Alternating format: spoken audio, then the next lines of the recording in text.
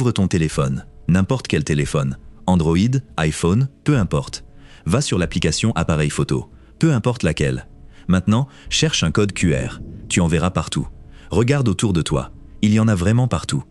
Sur les affiches, sur les menus de restaurants, sur les emballages de produits, sur les billets de concert, sur les factures, sur les publicités.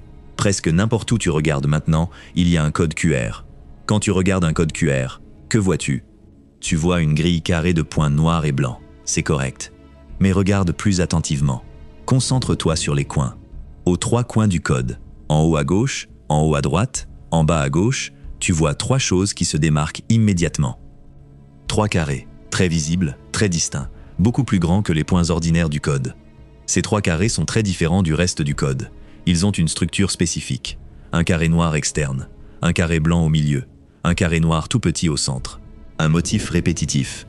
La plupart des gens pensent « Ah oui, c'est pour que le téléphone reconnaisse que c'est un code QR. » C'est la signature qui dit « C'est un code QR ». C'est techniquement correct, mais c'est seulement la moitié de l'histoire. La vraie question est « Pourquoi exactement 3 carrés? Pourquoi pas 2? Pourquoi pas 4? Pourquoi pas un carré gigantesque qui occupait tout le coin? Pourquoi exactement 3?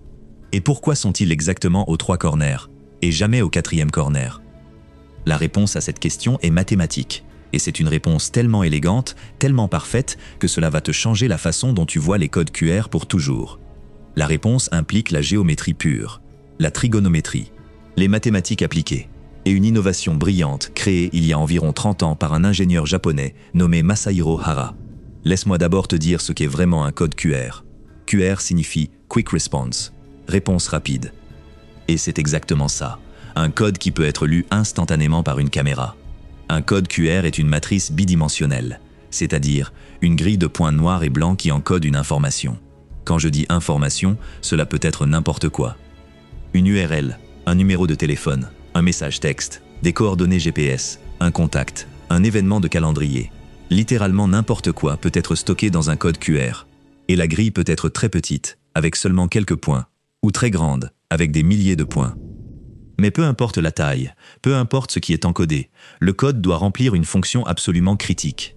Le scanner, ton téléphone, doit savoir exactement où commence le code. C'est-à-dire, il doit connaître l'orientation exacte. Il doit connaître la position. Il doit connaître l'angle. Et c'est le problème que Masahiro Hara devait résoudre. Imagine que tu lèves ton téléphone. Tu vois un code QR sur le mur. Mais à quel angle le vois-tu? Est-ce que le code est droit? À l'endroit? À l'envers? Incliné à 45 degrés? Incliné à 90 degrés? Est-ce que tu le regardes d'en face? Ou de côté? Est-ce que la caméra de ton téléphone voit le code directement ou à un angle oblique? Ton téléphone doit pouvoir lire le code QR, l'interpréter correctement, décoder l'information, peu importe l'angle auquel tu le pointes. C'est très difficile. Vraiment difficile. Si tu as une simple grille de points noirs et blancs, et que ton téléphone doit interpréter cette grille peu importe l'angle, comment sais-tu comment orienter la grille? Comment sais-tu par où commencer? Comment sais-tu quel point est le premier, quel point est le dernier? C'est un problème de reconnaissance spatiale très complexe. En 1994, l'entreprise japonaise Denso Wave avait un objectif, créer un code de barre 2-dimensionnel qui pouvait être lu rapidement. Très rapidement. Plus rapidement que les codes de barre ordinaires. Et ils ont assigné ce projet à Masahiro Hara, un jeune ingénieur de talent. Hara savait que pour que ça marche, il devait résoudre ce problème d'orientation. Il y avait plusieurs solutions possibles qu'il aurait pu explorer. Solution numéro 1, ajouter un nombre ou un symbole spécial quelque part dans le code qui indiquerait l'orientation. Mais cela prendrait de l'espace de données, et cela rendrait le code plus grand et plus complexe. Solution numéro 2, utiliser une seule marque distinctive dans un des coins. Une marque vraiment unique. Mais avec une seule marque, comment un téléphone peut-il déterminer avec précision l'angle de rotation? Une seule marque n'est pas suffisante pour les calculs trigonométriques. Solution numéro 3. Utiliser 2 marques distinctes, dans 2 coins différents. Mais même avec 2 points, le calcul angulaire serait imprécis. Tu aurais besoin d'une référence supplémentaire. Et c'est là que Hara a eu l'idée de génie. Une idée qui changerait complètement la technologie QR. Il a décidé d'utiliser exactement 3 carrés de positionnement. 3, pas 2, pas 4, 3. Et les placer aux 3 premiers coins, haut gauche, haut droit, bas gauche. Pourquoi 3? Parce que 3 points dans l'espace, dans un plan bidimensionnel, créent un triangle. et un triangle a une signature géométrique unique et irréductible. Avec 3 points, l'algorithme de scan de ton téléphone peut calculer 1. De la mathématique pure. C'est brilliant. Chaque carré de positionnement, chacun de ces 3 grands carrés a une structure très spécifique et reconnaissable. Un carré noir externe, solide, noir pur. À l'intérieur, un carré blanc, vide. Et à l'intérieur du carré blanc, un tout petit carré noir, un point noir. Cette structure est répétée dans chacun des 3 coins. Et c'est crucial, cette structure est reconnaissable instantanément par un algorithme informatique. Ton téléphone voit cette structure et pense « Ah, je vois un motif de 3 points, je sais exactement où je suis, je peux lire ce code. » Et c'est là que la vraie magie se produit, parce que les 3 carrés ne sont pas placés aux 3 corners au hasard. Ils sont placés aux 3 corners, mais jamais au 4e coin.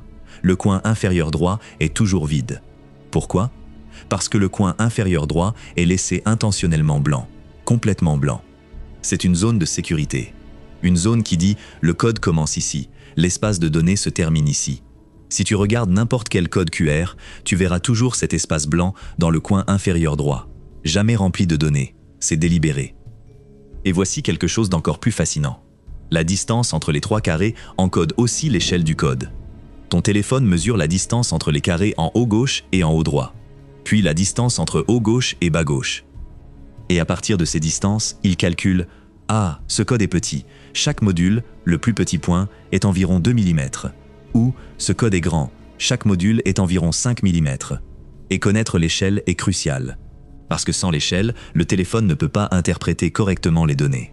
Avec juste 3 carrés, en utilisant la distance entre eux, Hara avait créé un système qui encode 1.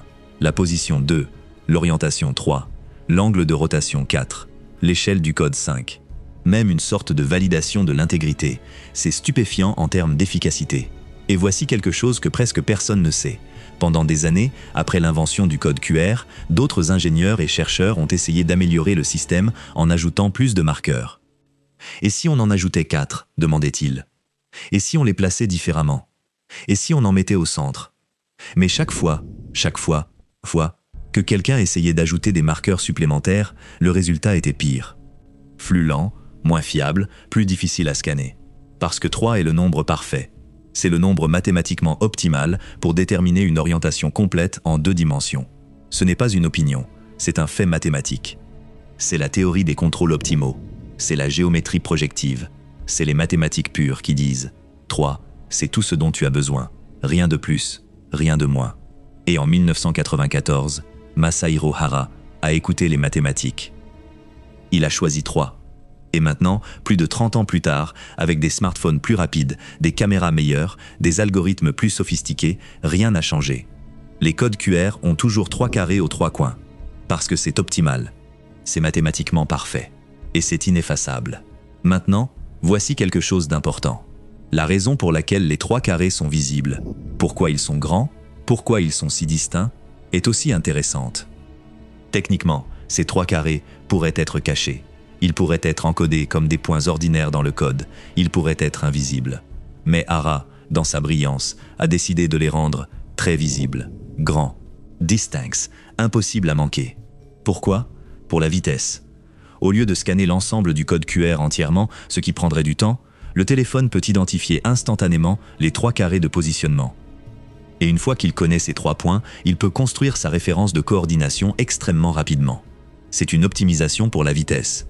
C'est pragmatique, c'est efficace. Et c'est tellement bien pensé que cela reste le standard mondial 30 ans plus tard. Et voici quelque chose que vous ignorez complètement. Il y a une 4e marque dans un code QR.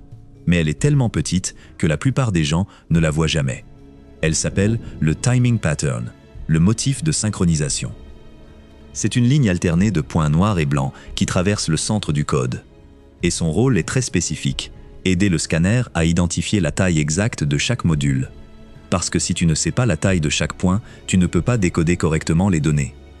C'est une couche de précision supplémentaire que Hara a ajoutée. Et c'est invisible pour la plupart des gens. Tu ne la remarques que si tu zoomes vraiment, vraiment proche sur un code QR. Maintenant, parlons des différentes versions de code QR. Parce que ce qui est fascinant, c'est qu'il existe 40 versions différentes de code QR. 40. La version 1 est très petite. 21 x 21 modules. La version 40 est énorme. 177 x 177 modules. Et chacune peut stocker une quantité différente d'informations. Une petite version peut stocker environ 41 caractères numériques. Une grande version peut stocker plusieurs kilobytes. Mais toutes, absolument toutes, les 40 versions ont les 3 carrés de positionnement, aux 3 mêmes coins. Avec la même structure, rien n'a changé, parce qu'une fois que tu as trouvé les 3 carrés, tu peux interpréter n'importe quelle version de code. C'est comme un code universel. Et c'est brilliant. Et voici quelque chose de vraiment intéressant. Les 3 carrés de Masahiro Hara ont une ligne directe avec la géométrie antique. Pythagore aurait reconnu le triangle que forment les 3 carrés. Euclide aurait compris les principes mathématiques. Les ingénieurs et mathématiciens de la Renaissance auraient saisi la logique. C'est l'écho de 2000 ans, ou plus, de mathématiques pures. Tout cela comprimé dans 3 petits carrés sur un code que tu scannes avec ton téléphone. Un code QR n'est pas juste une commodité technologique. Ce n'est pas juste une façon rapide d'accéder à un lien. C'est une preuve que les mathématiques pures, la géométrie, les théorèmes, les principes fondamentaux sont encore pertinents, encore utiles, encore le fondement de nos technologies les plus modernes.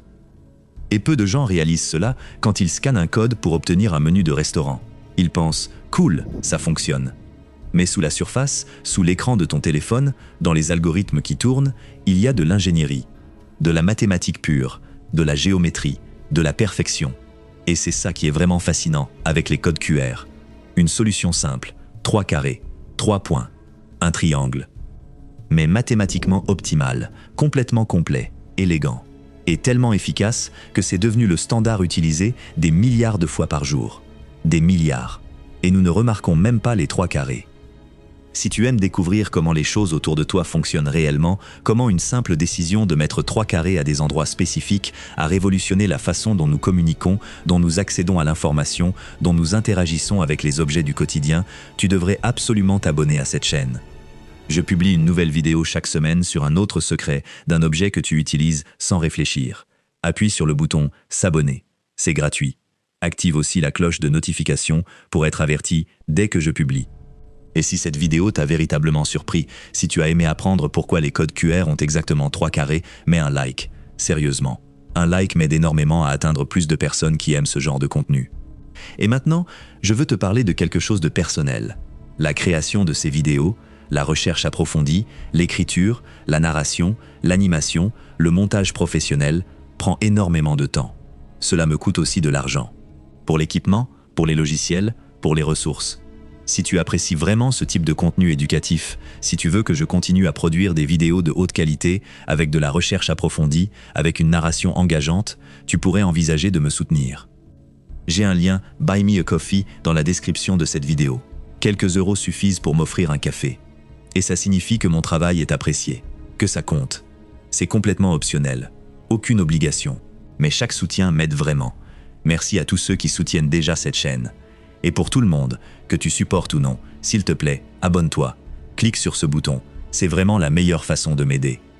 Et si tu as un autre objet ordinaire dont tu aimerais connaître l'histoire, écris-le dans les commentaires. Sérieusement, je lis tous les commentaires.